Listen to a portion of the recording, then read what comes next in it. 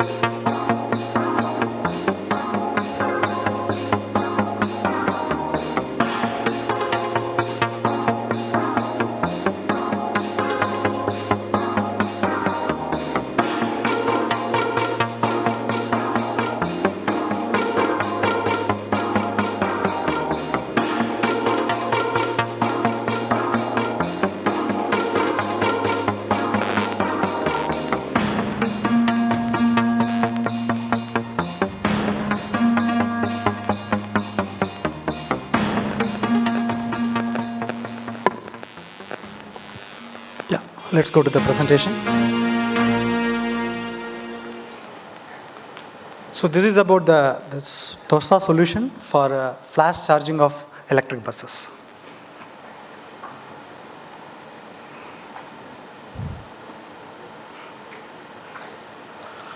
Yeah, the title is enabling a new generation of electric buses with flash charging technology for a sustainable e-mobility. Yeah, and we were talking in the other session also the available solution mainly for electric buses, battery swapping and a depot charger. Currently what we have. The main challenge is the charging time because you want the bus to be always on the road. Out of 24 hours, we want at least 16 to 18 hours the bus we want in the road. How the current IC engine buses are running and amount of battery. So if you want to make an equivalent of an IC engine buses, so just imagine how much amount of battery you want to carry in the buses if you want to run the bus throughout the day. And the energy consumption, because we have the geographical infrastructure also influencing how much of, like it's exactly like our, what is the mileage of your vehicle, like how many kilometer per liter, and similarly how much of energy consumption per kilometer. And the ideal time for bus for charging, if you opt for a depot charger, and you have to spend, when the bus is spending on the station for charging, then the bus will be out of road and ultimately battery life. So these are the challenges. So with this TOSA solution, and we try to address most of the challenges. So let's take an example, like we want to run a bus for a 300 kilometer with an average energy consumption of 1.5 kilowatt hour per kilometer. So let's take the first example, like we have only a depot charger and we put the buses at the depot for the full charge.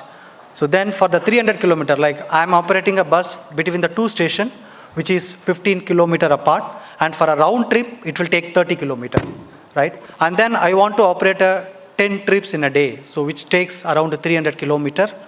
Then if I only go with the depot charger, so I need to have a battery capacity of around 450 kilowatt hour, which takes an weight of around 4,500 kg.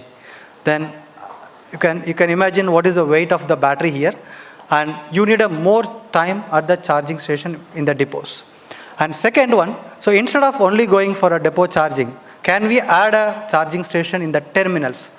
Like then it will reduce the charging time at the depot station because you keep on top of your charge in the battery along the way. So the second option, like then with this you can able to reduce your battery size as well as the rating of the battery to 153 times less, and also in the terms of weight 3 times less. And in addition, the ABB provides a technology or solution called flash charging, where we also introduce a flash charging station in the stops, because there is a big difference between the stops and the terminal. The terminal where the bus stops for 10 to 15 minutes, is the end station or starting station. And in between, we have stops where the bus stops maximum 30 minutes, where the passengers are onboarding and offboarding bus. So why don't we make use of those time also to top up the charges, so that when the bus starts for the operation in the morning around 6 o'clock or 5 o'clock, it can keep on running in the road till in the night 10 o'clock. It no need to go for a depot for again fully charging and then come into operation, right? So with this, what we do is, we also reducing the charging time at the, if you see on the right hand side, the charging time required on the depot, because when you are going back to the depot in the night, you almost filled with the charge. Maybe a 10 to 20% of the charge you need to refill. So you can make use of the depot charger to refill it to the either to 90 or 100%. Yeah, so this is about the different solution for different needs, the different charging option. Yeah, the depot charging, which is at the rate of 50 to 150 kilowatt, which takes long time and which also require a large amount of battery. And terminal charging, maybe a little bit reduced amount of battery capacity and weight, etc., and better charging time. And the last one, the flash charging, which is around the 600 kilowatt capacity, and you can feed the 600 kilowatt in 20 seconds, and a small battery size. So I presented all the three solutions here. In the with the depot, you can see more batteries, more buses, but at the bottom with the flash charging, more turnaround, that the buses can be always on the road. You no need to go to a depot for a recharge, and more passenger, because all you agree that we are running the buses on the road to carry more passenger than more battery. So just imagine if you carry 4,500 kg of battery, each and every kilowatt hour you are spending to carry the battery also instead of carrying a passenger. So if you just compare between the purely depot charging and with the flash charging, you can reduce the size, and even the size and the rating also influences the cost of the battery to 4 to 5 to 6 times of the number.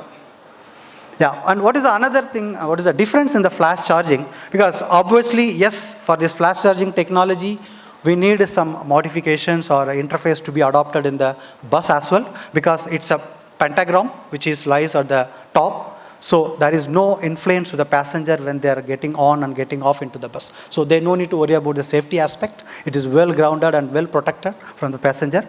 So if you see the whole structure, off-board charging, we go with a DC-DC charger on the charging station. You will not have a charger on the bus. But with the flash charging solution, we provide a converter which is a bi-mode. Like when you are charging, the converter will operate as a DC-DC converter. It will charge the battery. And when the bus is running, the same converter will turn into a powertrain as a DC to AC converter and will run the buses. Because you agree that we are not going to charge the bus and run the bus simultaneously. So you can utilize the same converter which is placed on the buses. Yeah, this is what exactly happening. Like you start your trip at 90% of your battery level, and all the red dots are the stops, and we are not going to put the flash chargers in all the stops. Like at the fourth stop, we put a flash charger so that we top up our charge in the battery for some percentage, like 5%, and then we go along. So finally, if you see, when I reach my destination, I am around at the 58% of my SOC. My battery is drained when I reach my destination. Only I still maintain the 58% of the battery charge. And if you spend 10 to 15 minutes at the terminal, you can still bring back your energy to the 90% and you can start your round trip. By this, then another advantage, you also agree that the battery life is also going to be influenced by how deep you are discharging the battery and how frequent you are charging the battery, right? So we make sure that with this solution, we never discharge our battery less than 50%. So that even in the emergency cases, if there are some charging station failure, you can still have a 50% of the battery with you, and you can go to the alternate station. So you can take care of the emergency situation also, and also you can improve the battery life here. Yeah, so the benefits which I listed here, simpler interface, reduced time to charge, and reduced fleet downtime. Because with this solution, you can see that it can exactly replace how we are running our IC engine buses on the road. Like come to the road, operate for the whole day, and go back to the depot and top up from whatever the level of charge you are having to the 100%. Because in the road, we generally target to charge up to 90%, because charging time from 90% to 100% is not same as the other level. It needs more, it's going to be a deep charger. So better use the depot charger for making the charge from 90% to 100%.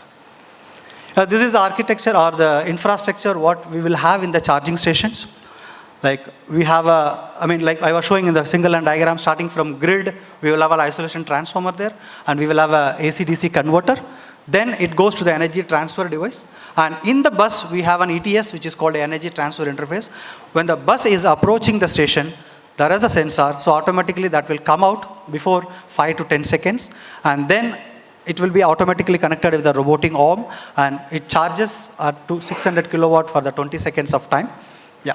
And in the bus, from the ETS, it goes to the DC-DC converter, where the DC-DC converter adjusts the required DC voltage based on the charge level at the battery. And then it goes to a powertrain and then wheels. A comparison from a different aspect, from a depot charger, terminal charger, and flash charger. You will see, from depot charger, you need more number of buses, because one bus is, if you want to continue the operation for the 18 hours, you need to have a spare buses. When the one bus comes to the depot, you send another bus for taking care of the services. So by that, you need more buses. But with a flash, yes, it reduces the number of bus requirement. And the second one, passenger. If you carry more weight, you can understand. By carrying the less amount of battery, you can increase the passenger amount here, and the amount of battery also shown.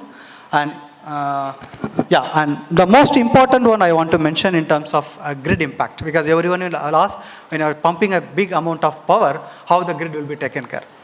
Yeah, I'll come to those part in the coming slide. And we also having a commercial operation which is working already. One line in Switzerland, which is well demonstrated and running successfully now, and the other one currently running in France. So apart from that, more projects are coming from US and Europe, as well as in Brisbane, in Australia. Yeah, moving to the grid part, how this affects the grid, impact on the utility grid. The first one, I just give a simple calculation, like I want to run a bus for a 250 kilometer in a day. I want to run it for 18 hours. So what is the power demand is 625 kilowatt hour per bus. And if you say I'm operating 100 buses there, if you go only with the depot charger of 3 hours, you can see the peak demand goes up to 21 megawatt at a time to the grid. But if you go with the overnight charge for 5 hours, then you can reduce it to 12.5 megawatt.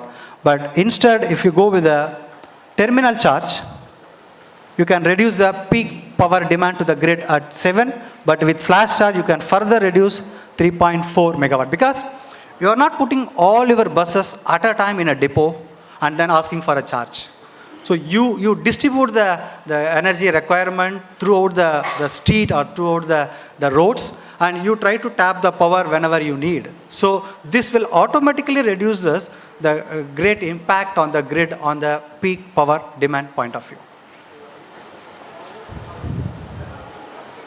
Yeah, and one more, this solution is not a very much a generic solution which may fit everywhere, because it has to be planned, designed, and implemented on a route basis, right? Because you take, for which route you want to operate. I want to start from a station A to station B. Then you need to have a complete information about the route in terms of geographical. Then you have a flyover and what is the elevation of the road. So you need, and how many stops you want to have in between. So you need to go for a design and planning for every route basis here. So then to make the initial design and the planning more simpler, we also have a tool where you can go and feed what is your starting station, what is your ending station, and what are all the routes you want to, stops you want to have, and what is the type of buses you are using, because the mass of the bus and the specification of the bus which really influences this the final optimized solution, and what type of battery you want to operate, and what is your commercial speed, and what is your geographical the road, and also it also includes the weather condition and your grid information. It takes all the information and then it gives you the optimized solution. Like if you want to operate this continuously, how many buses you need, what is the energy consumption by bus, and what is the energy consumed from the grid. So it will give you all the details for the initial planning stage. Yeah. And also it gives you the state of charge. Yeah. So With this, the key takeaway, yes, you can maintain the timetable of the bus. You no need to worry about the charge that you have in your bus. And more passenger than a battery, and improve the battery life, long life of the battery, and more grid compatibility, and it will not give a big impact to your grid. You can still run the services with the existing grid infrastructure, and light infrastructure at depot. Like when it comes to depot, you no need to have a n number of chargers and all the buses are only charging at the depot. You can also reduce the infrastructure required at the depot when you are able to charge on the go. Yeah, thank you.